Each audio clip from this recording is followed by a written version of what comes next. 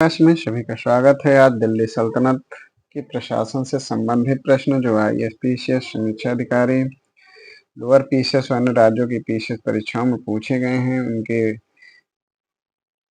ऐसे प्रश्नों को वन लाइनर के रूप में पढ़ाया जाएगा। तो दिल्ली सल्तनत प्रशासन। बरनी ने दिल्ली के सुल्तानों के अधीन भारत में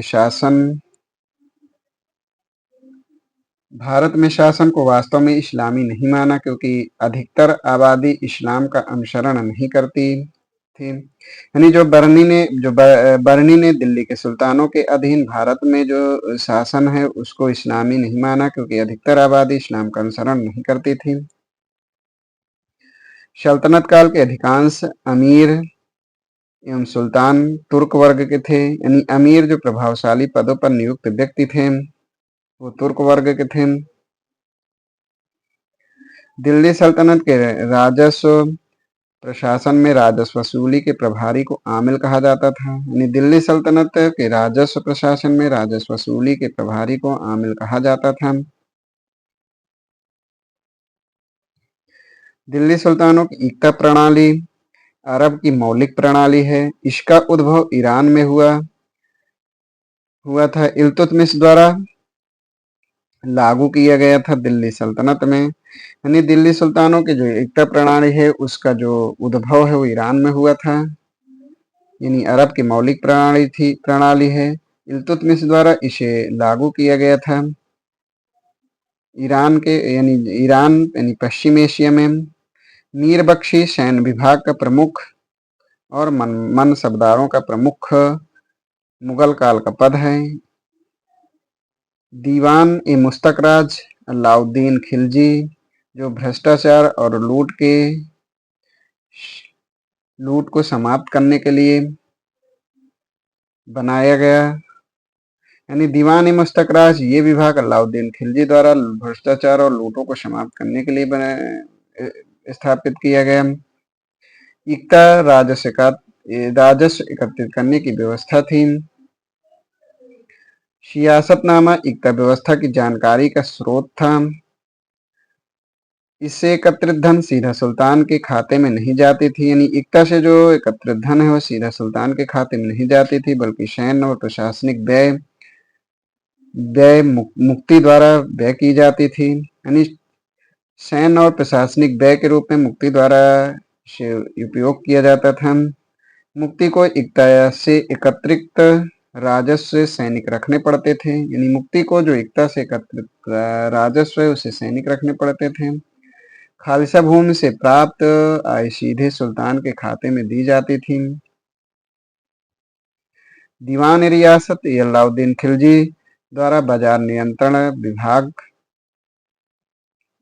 दीवाने रिसालत ये धार्मिक मुद्दों से और विदेशी मामलों से संबंधित विभाग हैं। दीवाने इंसा सरकारी पत्र व्यवहार से संबंधित हैं। दीवाने वजारत ये वित्तीय मामलात से संबंधित विभाग हैं। यानी दीवानी इंसा सरकारी पत्र व्यवहार से और दीवानी वजारत वित्तीय मामलात से संबंधित। दीवाने रिसालत ये धार्मिक मुद्दों से तथा विदेशी मामलों से संबंधित। विजारत का चरमोत्कर्ष तुगलक वंश में मुस्लिम सम्राटों के अधीन मंत्रिपरिषद के लिए व्यवहार में लाए गए नाम है। यानी विजारत को जो चरमोत्कर्ष है वो तुगलक वंश में हुआ। मुस्लिम सम्राटों के अधीन मंत्रिपरिषद के लिए व्यवहार में लाया गया नाम है। खम्स लूट का धन था। खराज उस्र मुक्तई भूमि उत्पाद पर लगने वाले कर थे। सल्तनत काल में भू राजस्व का सर्वोच्च ग्रामीण अधिकारी चौधरी था। जवाबित राजकानून से संबंधित है। जवाबित ये राजकानून से संबंधित है।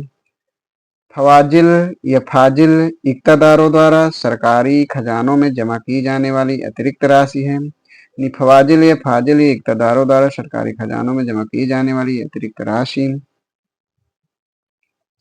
सल्तनत कालीन दो प्रमुख मुद्राएं हैं, जीतल दूसरा टंका।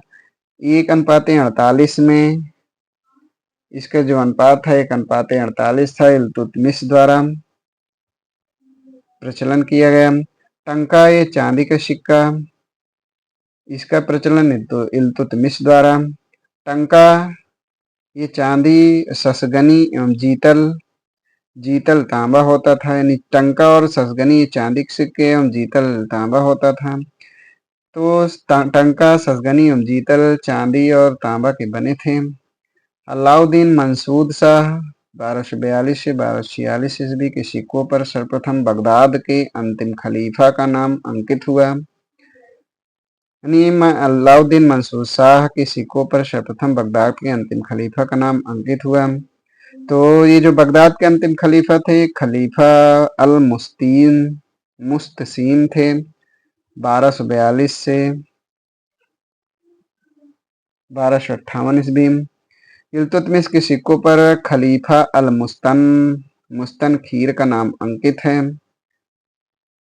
तो खलीफा अल मुस्तकीन, इनका समय जो था 1226 से 1242 ईस्वी। तो आज यहीं तक यानी दिल्ली सल्तनत के प्रशासन से संबंधित प्रश्न को वन लाइनर के रूप में पढ़ाए गए। इसके आगे के प्रमुख पूछे गए प्रश्नों को अगली क्लास में पढ़ाया जाएगा। धन्यवाद।